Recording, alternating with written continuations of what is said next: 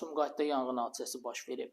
Hadisə şəhərin 6-cı mikrorayonunda yerləşən 9 mərtəbəli binanın 7-ci mərtəbəsində qeydə alınıb.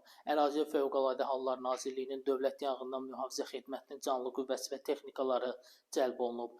Yanğın söndürülüb. 7 nəfər bina sakini təxliyə edilib. Hadisə baş verən binada 2-ci mərtəbədə qalıram. Hadisə evdə oturmuşduq, günorta saatları idi. 7-ci mərtəbədə elə dirək şəbəkə yanıb, şit, tok işdi. Sağ olsun Fövqəladə ilə vaxtında gəldi, çatdı, insanları təxliyə elədilər. Yanğını qısa müddətdə elə söndürdülər. Hazırda liftimiz işləmir, yəqin o düzələr bu yaxınlarda. Buna neçə sakin təxliyə elədilər? Açığı rəqəm deyə bilməyəcəm. Binanın bütün mərtəbələri bir-bir gəzib, hər kəs təxliyə elədilər. Binada adam qalmadı, polisiya.